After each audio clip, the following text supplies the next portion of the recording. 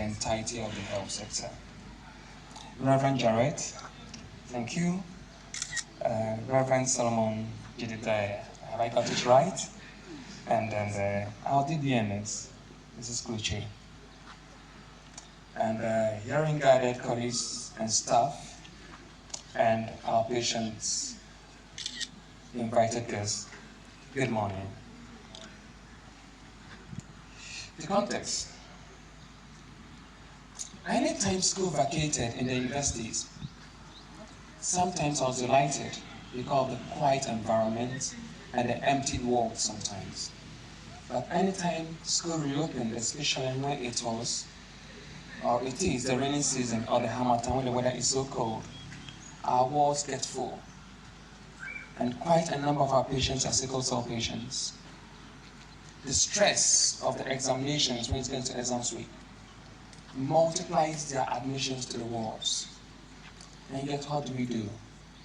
Just past yesterday, whilst I was going on rounds, I found this young woman screaming in pain, and yet she was on painkiller, she was on morphine. But how are we giving it? That's what we're given. We say, give her some more because she's in pain. However, they said, we've just given enough. We just gave a couple of doses about 6 hours ago. Yes, she's in pain. She's getting addicted. And sometimes these sort of patients go through. But that may not be the situation. Indeed, they must be in pain. There was this son of a fisherman in the arena. And anytime it was fishing season, he frequented the hospital nearly every other week. The story, he was sickle cell, and yet he had to go on sea with the parents through the night and in the cold. And often after, landed in the hospital with severe pain and crisis. Do the family know how they are inflicting on this child? Or are they just being wicked? Are they educated on the issues? Are we talking about it enough? Tell it loud. Don't sit down on your arse. It could be you, it could be me, it could be a family member, it could be a friend, it could be a niece, it could be a cousin. What do we do? Tell it loud. The burden. Or shall we talk a bit about sickle cell? I know I'm not talking to a technical audience, but with me, you will also hear these statements. He's a sickler. He's this.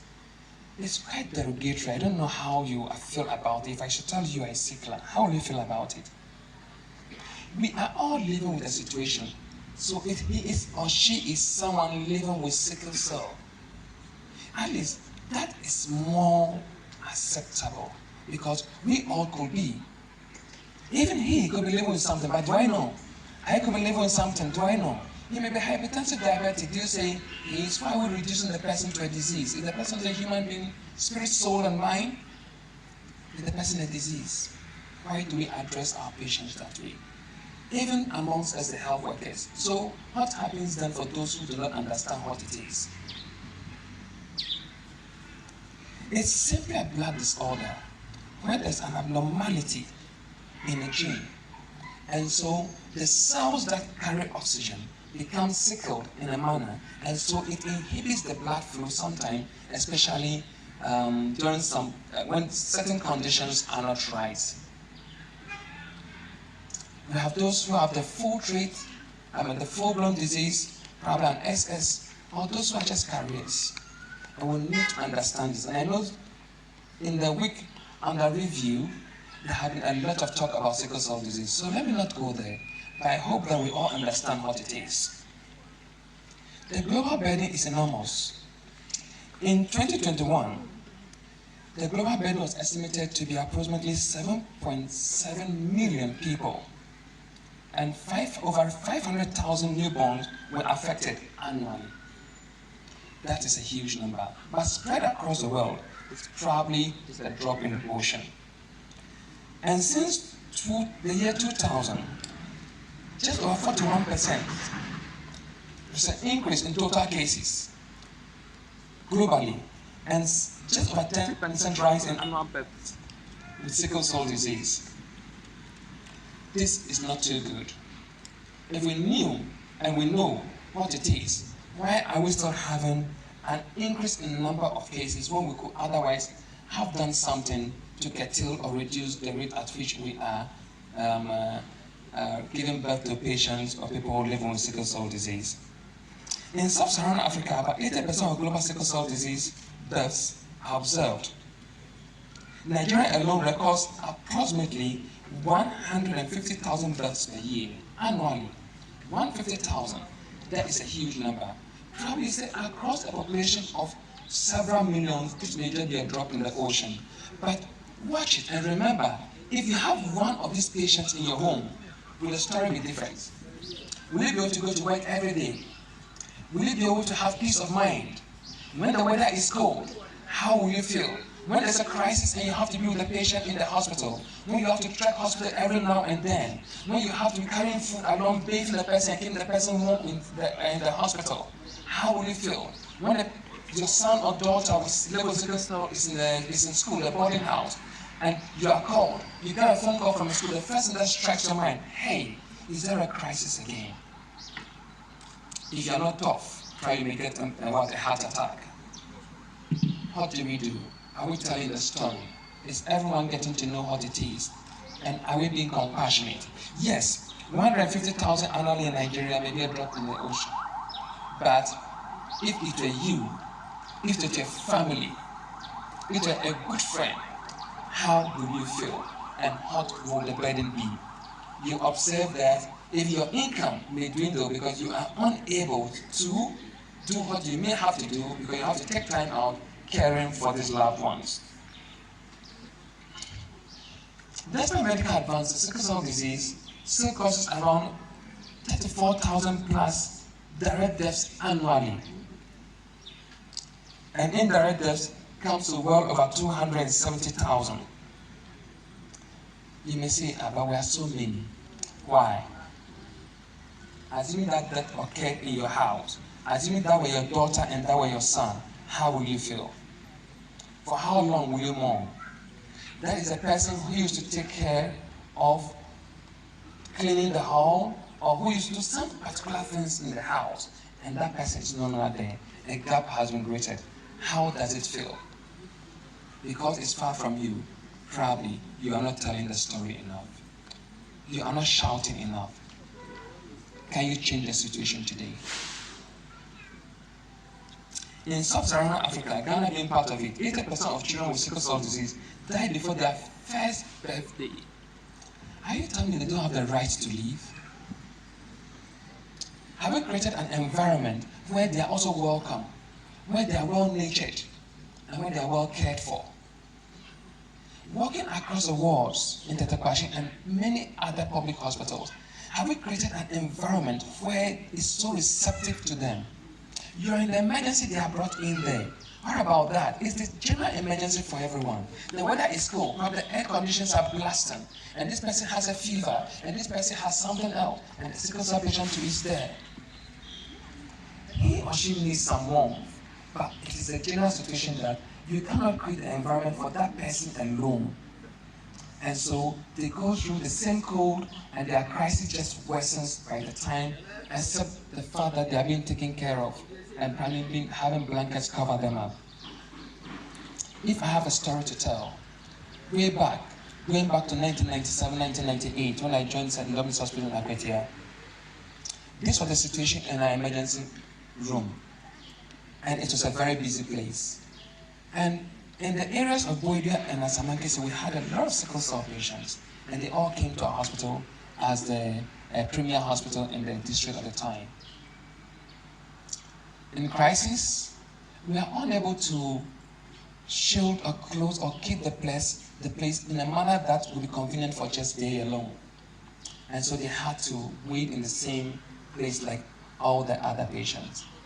So I remember I sought special permission from management, and I said, management members, mom, reverend sisters, this is the situation. I live alone and I have a guest room that I don't use. Do you mind that when they come, I'm permitted to put them in my guest room where I can provide enough warmth just for they alone, enough warm water beverage that will keep them warm, whilst we give them medications. If that is good for you and the management, I take responsibility, but you share responsibility with me. If that were fine, we continued our story.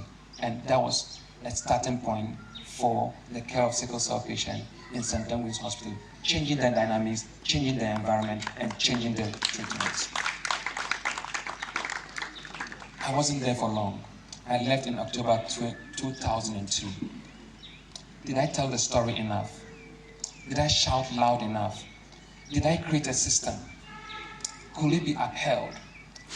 Could it be maintained? Yes, Mauli is gone. The hospital remained. Was there any system to keep it alive? There was no system. It was an individual effort. And so when the person left, that was the end of the story. Was it a creative way? Was it good enough? Can we do it another way and better it so that even when we are dead and when we are gone, yes, this story will continue to shout for itself from the top of the roofs. There are some regional hotspots. In Nigeria in sickle cell disease contributes to over 100,000 infant deaths annually. And in Uganda, the prevalence is reported about 1 in every 100, and a rate of 15 in every 100, with a 5-year survival of 65%. Quite that bad. So in 5 years, if there were 100 births of those, we have a survival rate of what? 65%. The 65 of them will remain.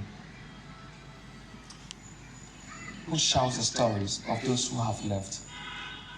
Would they have made a change in this world? Would they have contributed immensely to the human resource of this world?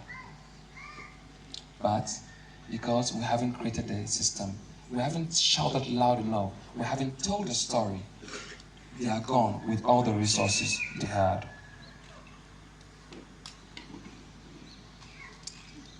With over 100,000 annual cases in countries like Nigeria a year, what can we do to prevent it? What can we do to stop it?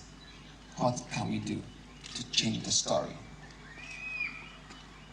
You and I are partners. You and I can change the story. You and I can shout loud enough.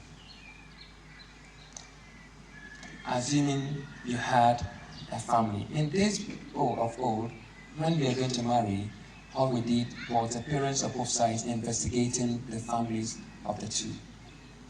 Do we do it well enough these days?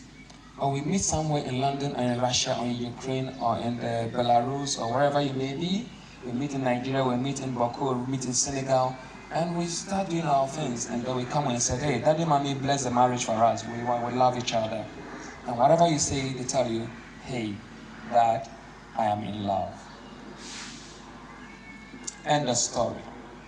You push the agenda, they elope, and you don't get them again until the trouble starts. How many of our institutions will do full medical screening before marriage? And if they do, are there any medical advices, including counseling, that will either persuade the couple if there were any genetic situations between them that you don't want to go to the next generation and their children? How often do we do this, and how do our counselors take it? Assuming you both have sickle cell traits, let's say an AS and an AS, you want to, at least, whatever the situation is, if you have done this medical investigation before and you both knew it, well, no one says you shouldn't get married though. You can, but at least let them have the knowledge, let them have the things that there's at least a 25% chance that you may have children with SS. You may be fortunate, and you may have 25% chance that they may be AA. You may be fortunate if you are going to have 4, 6 children, they may be only AA. It's just a probability. But who knows that that probability may be the odd one and maybe the other one? You just want to take the chance. It's up to we, the couples, to decide. But then it's up to you, the medical fraternity and the church, also to say that, look, here is the situation and these are the probabilities. Do you want to change your mind or do you want to continue? This is where parenting and the church have a very strong role. Across the world, there have been advances in the care of sickle cell disease and sickle cell traits. But let's take it. One of the ways of trying to reduce this also and reduce the complications and probably improve infant mortality amongst the newborns is probably by doing newborn screening, and it's been done in Ghana for several years now. Once the medical school has started. So right from birth, when the child is born, you do screening for sickle cell, and when it's detected and realized, all the preventive methods are adapted and taken care of so that these patients may not go into. So many things are coming up. The use of hydroxyurea has become a cornerstone of medication, of treatment and management, and the criteria for it and its availability. Is it readily available across every treatment center in the country? I doubt. Do we have hematologists across every district hospital in the country? I doubt. So what must be the approach? And how do we go around it? So that every single newborn, every single sickle cell patient, even if you're in Malerugo, Bunkurugu, Tako, Jan, Chirekmon, wherever you find yourself, in Amejape, in Wane, in Peki, wherever you find yourself, you must have the opportunity, same opportunity as that person with sickle cell in Accra and in Kumasi. The distribution of health resource. Yes, indeed, we can have hematologists and a consultant and a specialist in every district hospital spread across. Try as we may, it may not happen. But is there another pragmatic way of doing it? Can we design solutions that are sustainable so that whether there were a hematologist in the village somewhere, you still can have quite close to the same treatment someone in Kolibo will have? Can we have communications hubs? Can we have interaction with our senior colleagues in the teaching hospital and the regional centers where the specialists may be in the area of hematology and therefore sickle cell? Can we talk with them? Can they run clinics across some of the deprived areas? Can they come as visiting consultants? Can we have telemedicine and virtual care? There are so many options we can do now so that care for our brothers and sisters living with the condition will be better off. Can we adapt our institutions and our hospitals in a manner that they can get the best of care? So assuming there was something like an acute chest syndrome in a sickle cell patient who had come in with vaso-occlusive crisis, we can detect it and take prompt treatment action to contain or prevent any worsening of the symptoms and save that soul.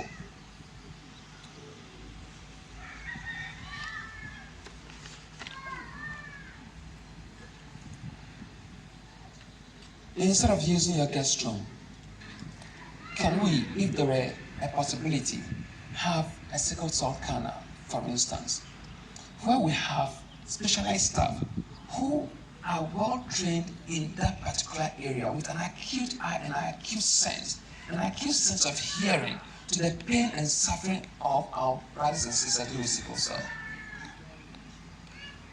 In a manner that as soon as they see the sign, they are able to pick it up and address it immediately or escalate to the next level of care so that our patients may be safe in our hands.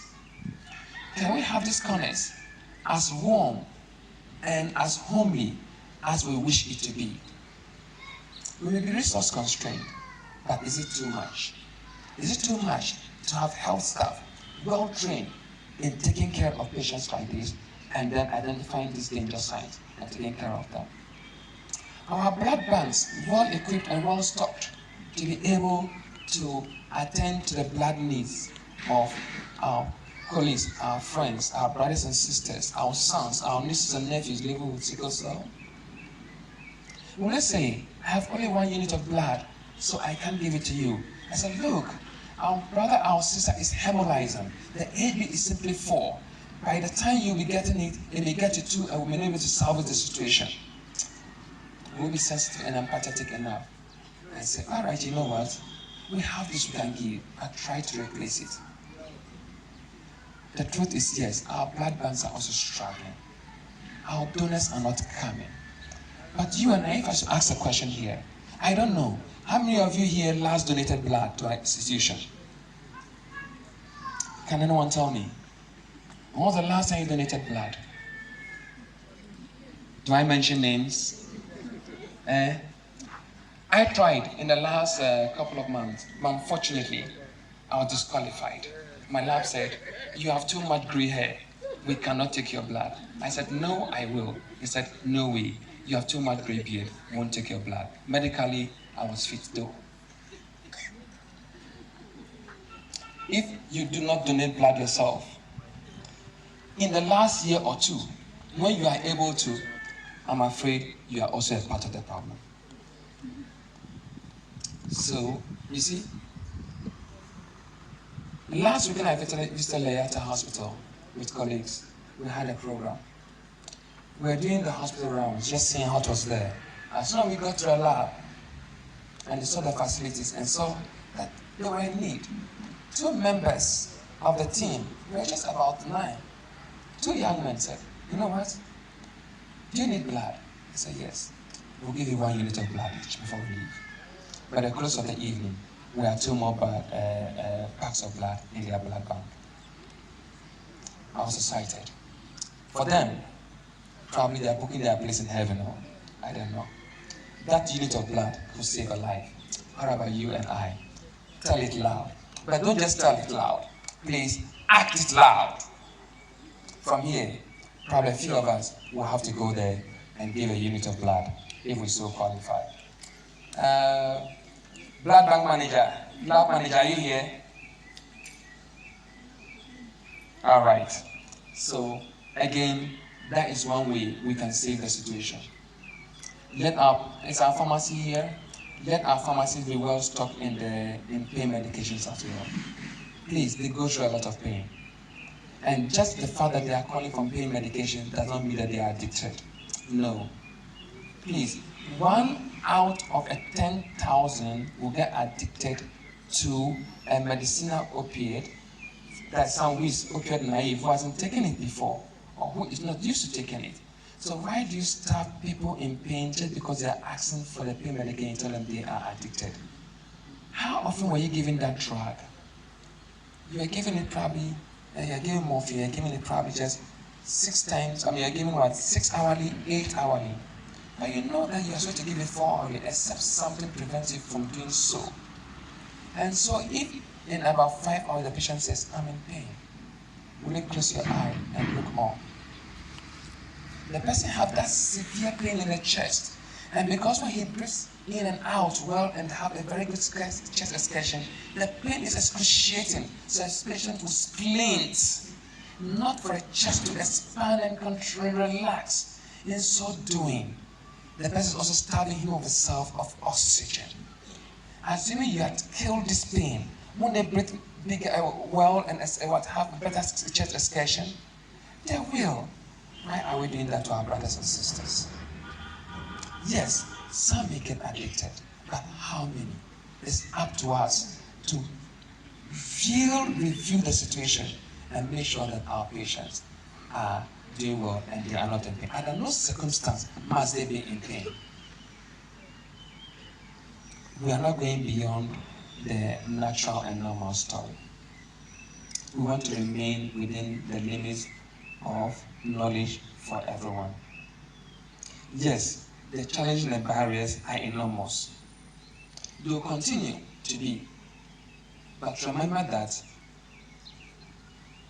we can reduce the rate at which we have the trait and the disease escalating by by doing appropriate marriage counseling and giving the appropriate advice, by doing newborn screening and catching it early enough and giving the best of treatment that they deserve, and putting up also institutional structures that can provide the best of care for these patients, both infrastructure-wise and competence of staff. This said, I think together, if we all put our hands together and shout the story and act the story, I think we'll make great strides. Thank you, and all of us be ambassadors for our brothers and sisters. Thank you.